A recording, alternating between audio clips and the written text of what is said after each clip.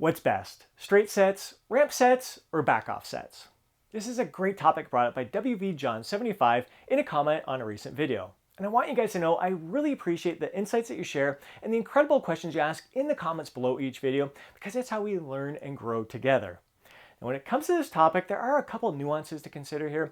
First of all is making sure that you are resting long enough to fully recover between sets. Now, I know a lot of guys really like to control as many variables as they possibly can within each workout and from workout to workout. And they worry that if they're used to resting for 2 minutes between sets, and this workout they happen to rest for 3 minutes between sets and are able to do more repetitions or increase the weight, is that actually progress? Because the variables aren't the same. It was the extra rest period that actually allowed them to increase the weight. It's not that they've got any stronger or they gained any more muscle in the process. Now, I used to think along those lines. I used to rule the clock ruled my workout. So if the 2 minutes came up, I was going at that set whether I was fully recovered or not. Then I realized that, you know what, I'm much better off. Like if I could rest just a little bit longer and get more repetitions, or I'm able to increase the weight, that's gonna have a bigger impact on my progress and my gains rather than going by the stopwatch and just trying to keep things as consistent and controlled as possible. So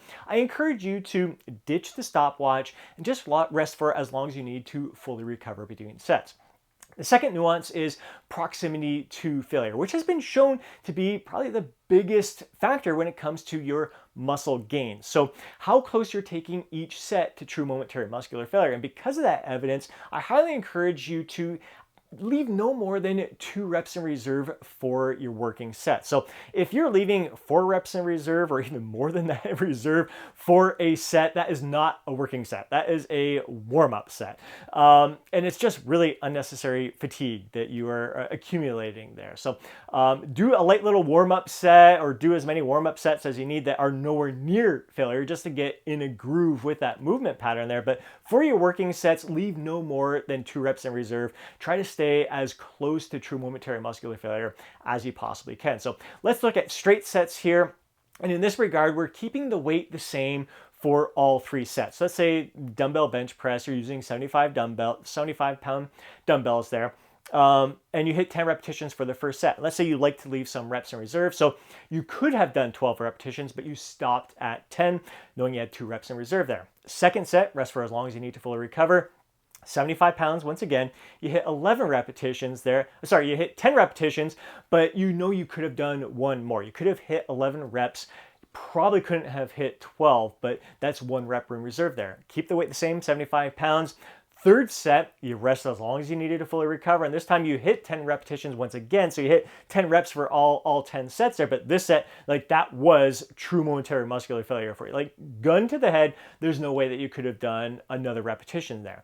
So that's one approach. That's the approach I used for probably, I'd say, like 3 to 5 years there, a little while back there, and it worked great. I enjoyed it. It was all good and good. But nowadays, for the past 2 years, I've been taking every set to the point of true momentary muscular failure. So in this case, what it would look like for me, again, 75-pound dumbbells, hit 10 reps on that first set.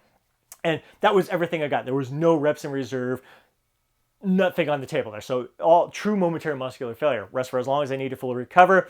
I'm able to hit 10 repetitions once again. It was a little bit of a grind, a little bit tougher than it was for that first set, but still to the point of true momentary muscular failure. Rest for as long as I need to fully recover between that second and the third set. Third set, again, 75 pounds, but I'm only able to get 8 repetitions. Like, the fatigue accumulated, that's all I could do. Fantastic. Both approaches are incredible. There's no right or wrong. Really comes down to what's going to suit you best. I really noticed no difference in muscle gains. I did notice a difference in recovery, and it's going to be different from person to person. Like, some people, they find they recover better when they leave some reps in reserve for those first couple of sets. Whereas myself personally, I find I recover better when I'm trained to the point of true momentary muscular failure, because I don't require as many sets in a workout to equate the effective reps. So the arbitrary number that they throw out there is the last 5 reps of any set are going to be your effective reps. So in the case where I'm taking every set to the point of true momentary muscular failure, that's like 15 effective reps that I got in those 3 sets. Whereas if you're leaving 2 reps in reserve for that first set, it's only 3 effective reps. 1 rep in reserve for that second set, 4 effective reps. Last set, best set approach, to the point of true momentary muscular failure for that third set, that's 5 effective reps. So you're getting 12 effective reps compared to 15. So if you want to equate the effective reps in that workout, you're gonna have to perform another set. So I found that accumulated fatigue from needing to perform more sets was harder on my recovery than training to failure with each and every set. All individual differences, personal preference. One isn't better than the other.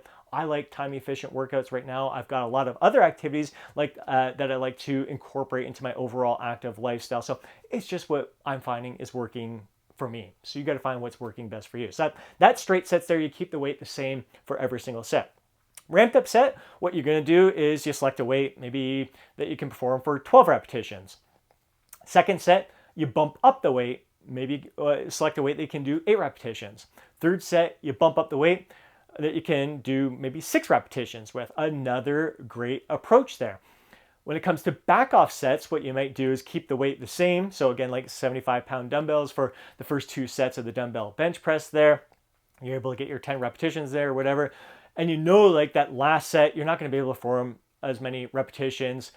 So rather than only perform maybe 6 to 8 repetitions, you decide, you know what, I'm going to reduce the weight and perform more repetitions. So you reduce the weight, do more reps. That's a back off set there. So, and again, no right or wrong. Like I said, what matters most is your proximity to failure. So whether you are performing 15 repetitions with that last set, very closer to the point of true momentary muscular failure, it's going to be just as effective as if you kept the weight the same and you only did 6 to 8 repetitions on that last set, because again, you came very close or to the point of true momentary muscular failure. That's all that matters, is that both those sets, hopefully it's the last set, best set, hopefully you got 5 effective reps on both of those sets. So that's what matters. Well, actually what matters most is what's going to feel best to you.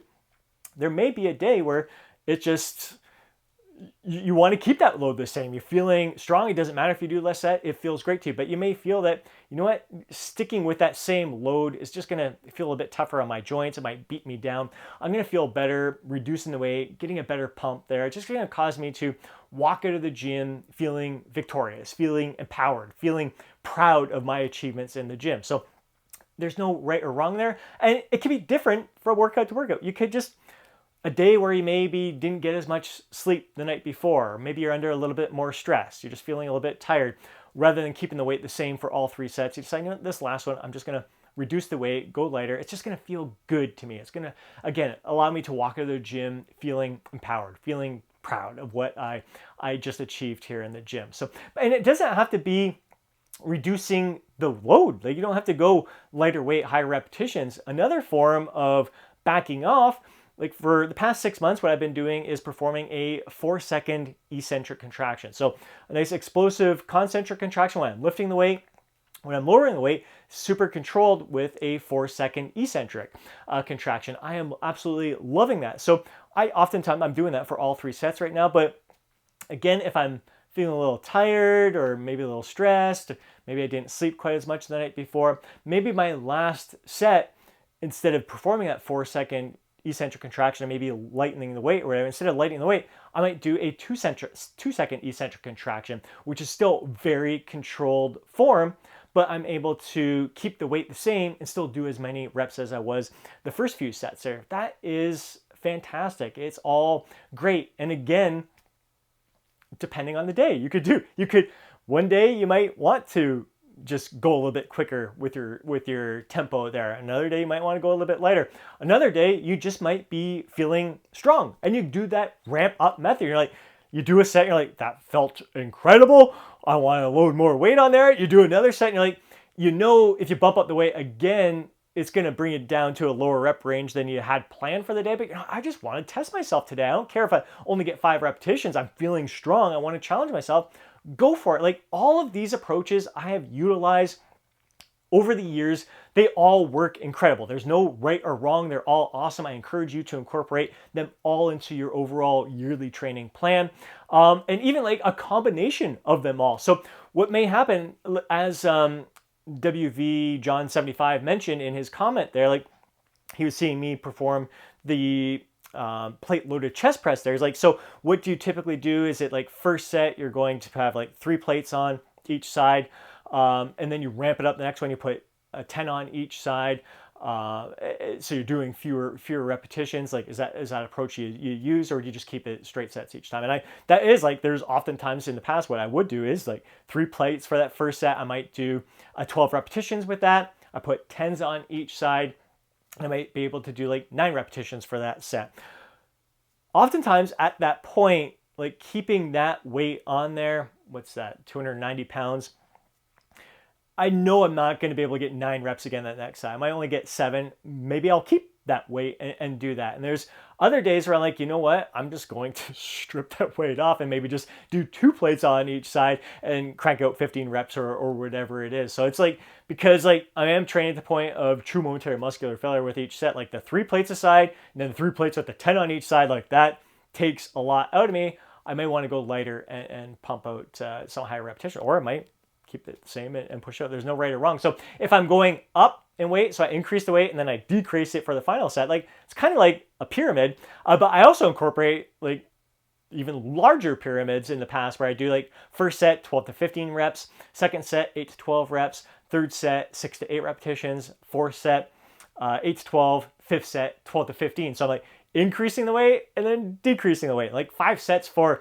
an exercise like a compound movement like that plate loaded chest press. I mean, that could be all I need to do for chest in that workout, like especially if I'm taking that point to the point of true momentary muscular failure. Or maybe I might do like 2 sets of cable flies or machine fly after that, just kind of finish it off there. But just a great approach. All these approaches work incredibly well. There's no right or wrong, whether you do straight sets, ramp sets, or back off sets. They all work great. Incorporate them into your overall training plan. Listen to your body. And again, it doesn't have to be like this. For the next few months, I'm doing just ramp up set. For the next few months, I'm going to do some back off sets. For the next couple months, I'm going to try to keep it straight sets here. Like, it doesn't have to be that way. Again, go based on how you're feeling in that workout. If you are tired, don't be afraid to throw a backup set there. If you are feeling strong, don't be afraid to do a ramp up set there. If you just want to keep things as consistent as possible, then straight sets. Like, it's all good. Don't get caught up in a lot of the minutia or overthinking a lot of this. Again, what really matters is that you're having fun with these workouts. You're listening to your body, so you're doing what's going to serve your body best in that moment, and that you're taking those sets very, very close to or to the point of true momentary muscular failure. I hope you enjoyed this discussion here today. I really look forward to hearing your thoughts, insights, and feedback on today's topic, your own personal experiences. Do you work in a variety of these approaches there? What is your favorite one? What have you found your body responds best to? Really looking forward to your insights. And if you have any questions or topics you want me to cover in upcoming videos, I would love to hear those as well. If you enjoyed today's video, please do me a huge favor and smash that thumbs up button. I'd really appreciate it. If you want to see more videos like this, be sure to subscribe to the channel. Hit that alert button so you're notified each time I upload a video. And if you know a fellow bro who would benefit watching today's video, please do me a favor and share it with him. And before you go, don't forget to download your free guide, Lose Fat, Get Jacked. Top comment pinned down below or in the video description. Have yourself an amazing day. Catch you in the next video.